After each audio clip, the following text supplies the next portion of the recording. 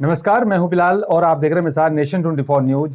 चलिए बुलेटिन में सबसे पहले बात करेंगे कांग्रेस के पूर्व अध्यक्ष राहुल गांधी की। आपको देखिए, कांग्रेस पार्टी के पूर्व अध्यक्ष राहुल गांधी ने भारतीय जनता पार्टी पर एक बार फिर से बड़ा हमला बोला है। लंदन में आयोजित भारत के लिए विचार सम्मेलन में राहुल गांधी ने कहा कि भारत अच्छी स्थिति में नहीं है और इसका मुख्य कारण बीजेपी की सोच और साथ ही बंटवारे की राजनीति है। उन्होंने कटाक्ष करते हुए कहा है कि बीजेपी ने यहाँ पर अपनी सोच से पूरे देश में यहाँ पर मिट्टी का तेल फैला दिया है।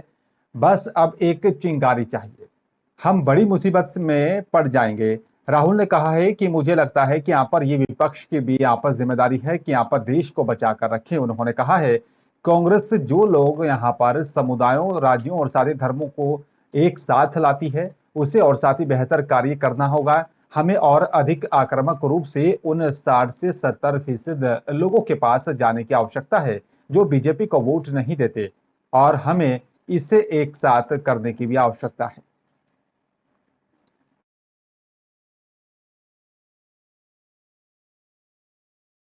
ओबीसी महासभा की तरफ से बुलाए गए मध्य प्रदेश बंद पर कमलनाथ ने अपना एक बयान दिया है और उन्होंने कहा है कि यहाँ पर कि हम उनका समर्थन करते हैं। पिछड़े वर्ग के साथ घोर अन्याय हुआ है और अगर पिछड़े वर्ग में हमारे राज्य का 50% से भी अधिक हिस्सा है तो ये आरक्षण उसी के अनुसार होना चाहिए था।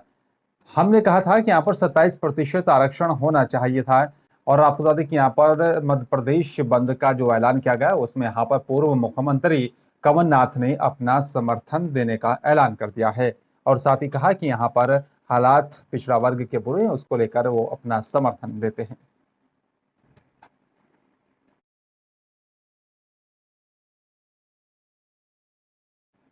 और चलिए बात जम्मू श्रीनगर की करेंगे। आपको तो देखिए यहाँ पर जम्मू श्रीनगर राष्ट्रीय राजमार्ग पर रामबन जिला के यहाँ पर खूनी नाला इलाके में मुख्य टनल के साथ बन रही यहाँ पर एजिट टनल धंसने से का यहाँ पर बताया जा रहा है कि मलबे में दबे श्रमिकों को निकालने का और तलाशने का अभियान जारी है।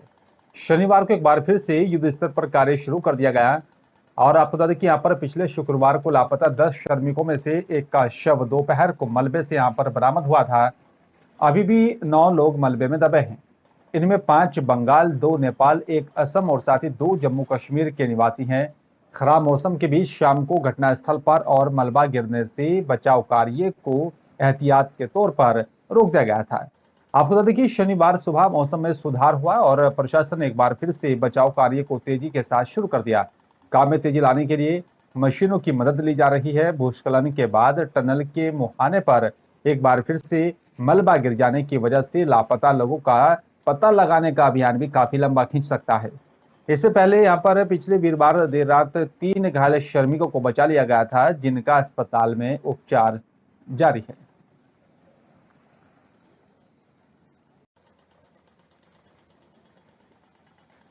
देश में कोरोना मामलों में एक बार फिर से इजाफा देखने को मिल रहा है। पिछले 24 घंटों में देश में यहाँ पर 2323 नए मामले सामने आए हैं। हालांकि कल के मुकाबले इसमें जो है मामूली ही बढ़ोतरी है।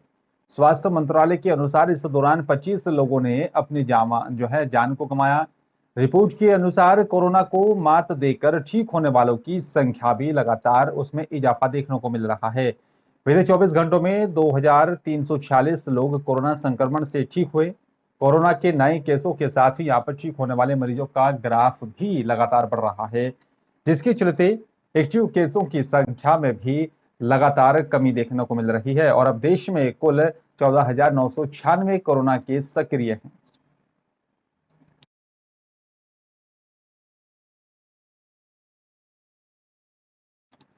कुंभ नगर देवप्रयाग में गंगा स्नान और साथ ही रघुनाथ मंदिर में पूजा अर्चना के बाद से ही बाबा विश्वनाथ और साथ ही मां जगदीशशीला की यहाँ पर 23वीं डोली रथ यात्रा शुक्रवार को कमलेश्वर मंदिर श्रीनगर के लिए रवाना हुई। इससे पहले यहाँ पर डोली यात्रा पहली बार नरसिंह मंदिर मुंडेठ पहुंची। यात्रा के दर्शन के लिए यहाँ पर स्थानीय लोगों और साथ यहाँ पर तीर्थ यात्रियों ने भी दर्शन कर आशीर्वाद लिया। गंगा मैया के यहाँ पर जयकारों के साथ ही डोली ने यहाँ पर संगम पर स्नान किया। आपको बता दें कि रथ यात्रा 11 मई को हरिद्वार से मंत्री प्रसाद नैथानी की अगुवाई में निकली थी और यहाँ पर विश्व शांति और साथी कल्याण के लिए प्रार्थना की गई।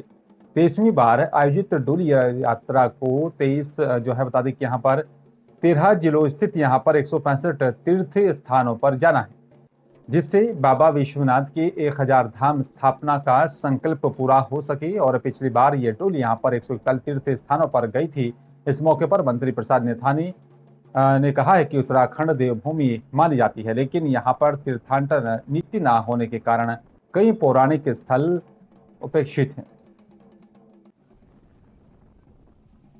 जगदीश शिला डोली इस वर्ष 23वें साल में पूरे उत्तराखंड के भ्रमण पर जा रही है और ये 30 दिन की यात्रा है। इस समय डोली ने पूरे उत्तराखंड में 165 नए स्थानों पर जाना है ताकि जो 1000 धाम स्थापन की जो बाबा विश्वनाथ जगदीश शिला का संकल्प है वो पूरा हो सके।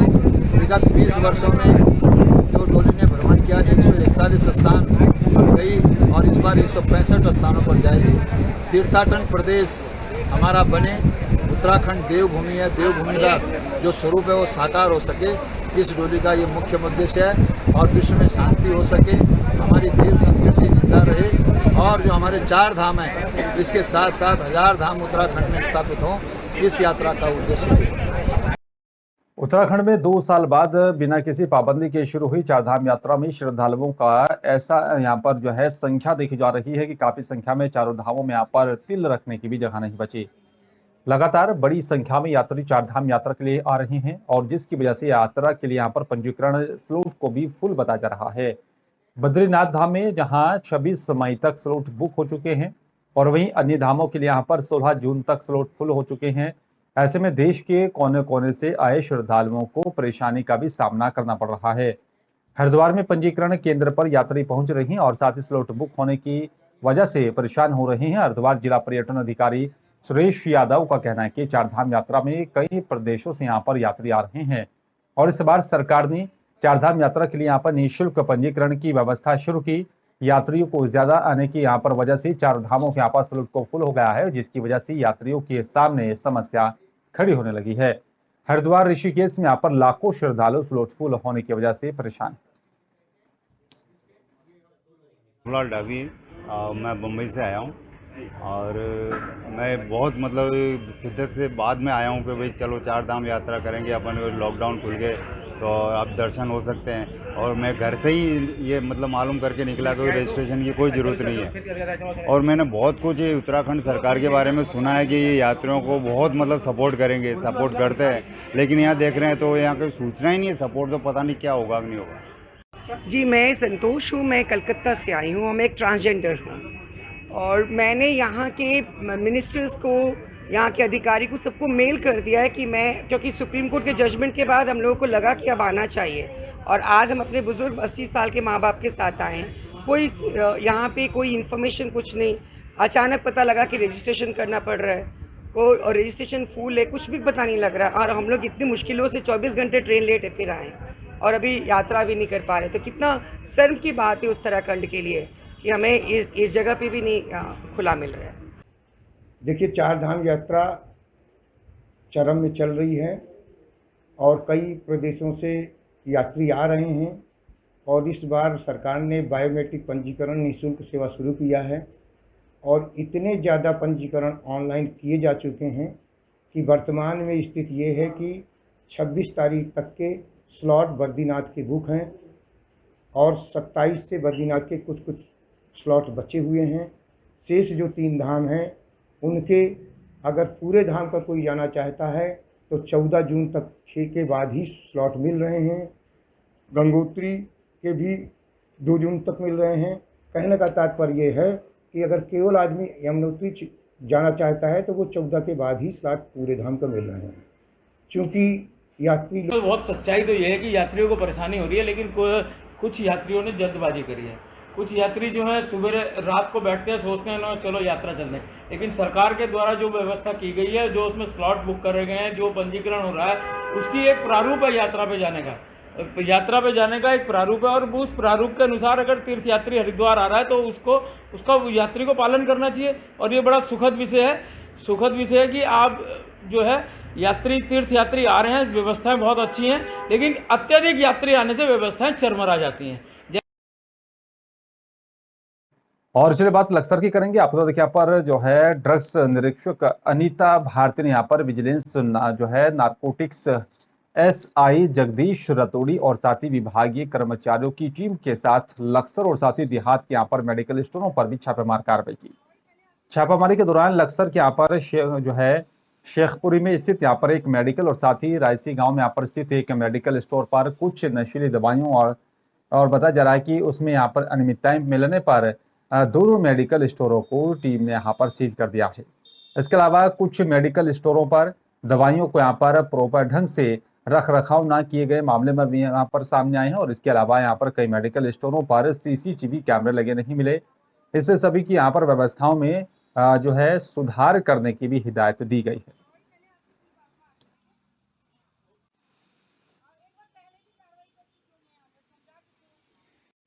और इसके बाद उत्तर प्रदेश की करेंगे। आपको बता दें कि यहाँ पर उत्तर प्रदेश के बहराइच में यहाँ पर दर्दनाक सड़क हादसा हुआ है और हादसे में 3 लोगों की मौत हो गई है, जबकि 12 लोग घायल बताए जा रहे हैं। घायलों को अस्पताल में भर्ती करा दिया गया।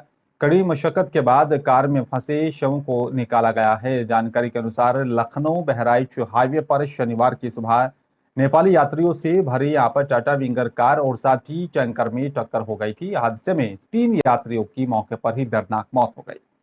12 यात्री घायल बताए जा रहे हैं। घायलों को इलाज के लिए जिला अस्पताल में भर्ती कराया गया। घटनास्थल का सीओ ने निरीक्षण किया और थानाध्यक्ष को भी परिजनों को यहाँ पर सूचना देने के निर्देश दिए गए हैं।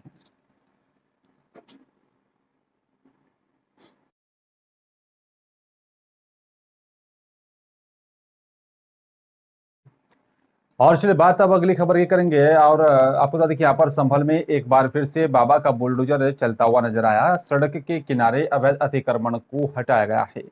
अतिक्रमण पर बुलडोजर चला दिया जा रहा है। मामला रजपुरा थाना क्षेत्र की कस्बा गांव का है, जहां पर संभल और साथ ही बबराला रोड पर अवैध रूप से किए गए अतिक्रमण को बुलडोजर ने यहाँ पर तहस नहस कर दिया, जिसके तहत सड़क के किनारे रखे खोखे होर्डिंग्स और साथ ही दुकानों के आगे लगे यहाँ पर टीन शेड पर बुलडोजर गर्जा। सड़कों पर हो रही यहाँ पर दुर्घटनाओं को रोकने के लिए अतिक्रमण हटाने की यह बड़ी कार्रवाई को प्रशासन ने, पुलिस और साथ ही नगर पंचायत ने संयुक्त रूप से किया है। आपको बता दें कि बुलडोजर से खौफ में आए यहाँ पर अतिक्रमणकारियों में यहाँ पर हड़कंप मचा रहा है और सीओ देवेंद्र कुमार शर्मा ने बताया दुर्घटनाएं रोकने के यहाँ पर जो है मुख्य रोड से यहाँ पर अतिक्रमण भी हटाया जा रहा है।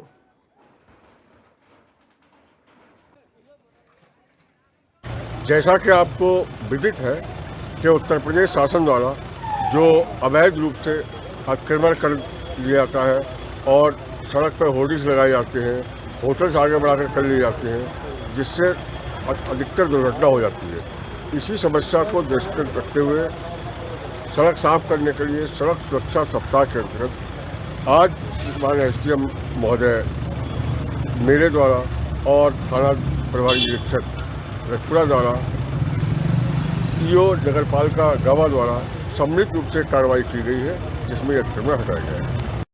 और चलिए बात यमुनोत्री की करेंगे। आपको देखिए यहाँ पर निर्माण विभाग का ये रवैया यमुनोत्री धाम की यहाँ पर यात्रा में डाल सकता है। आपको बता दें कि बड़ा यहाँ पर हादसा हो सकता है। यमुनोत्री राष्ट्रीय राजमार्ग की स्याना चट्टी और साथ ही यहाँ पर राना चट्टी के बीच में यहाँ पर लगातार स्लाइडिंग हो रही है और जिससे यहाँ पर यमुनोत्री धाम की भी यहाँ पर यात्रा धाम जाने वाले यहाँ पर यात्री आधे रास्ते में ही फंसे हैं।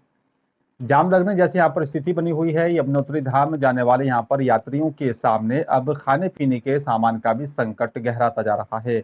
जिला प्रशासन ने फंसी यात्रियों के लिए यहाँ पर खाने पीने का इंतजाम शुरू कर दिया है, लेकिन यात्रा व्यवस्था को लेकर जिला प्रशासन सवालों के घेरे में है। यमुनोत्री राष्ट्रीय राजमार्ग की खस्ता हाल को देखते हुए विधायक संजय डोभाल मौके पर पहुंचे और विभाग को सड़क मार्ग खोलने के भी जरूरी निर्देश जारी किए हैं। सभी तीर्थयात्रियों से ये अनुरोध है कि केवल 1-1.5 घंटे का संयम रखें। हमारे एनएच के जितने भी, चाहे हमारे एक्शन साहब हैं, चाहे सभी ने भी हमारे यही है या सारे कर्मचारियों ने बहुत पूरी रात रह के यहाँ पे काम किया और 1-1.5 घंटे में यहाँ पे रोड खुल जाएगा। सभी यात्री बस केवल 1-1.5 घंटे और संयम से काम लें और उसके बाद सारी यात्रा सुचारू रूप से चलने लग जाएगी। यातायात सुचारू करने के लिए पूरी रात काम चला है। छोटे वाहन चल रहे थे, इसलिए रात्रि देर से काम प्रारंभ हो सका, लेकिन अब इसमें हम लोगों ने इस पे वाहन सुचारू करने के लिए कार्य, मुझे लगता है 1-1.5 घंटे में पूर्ण हो जाएगा और उसके बाद यातायात बड़े और छोटे वाहनों के लिए यात्रा सुचारू। जय माता दी। Thank you.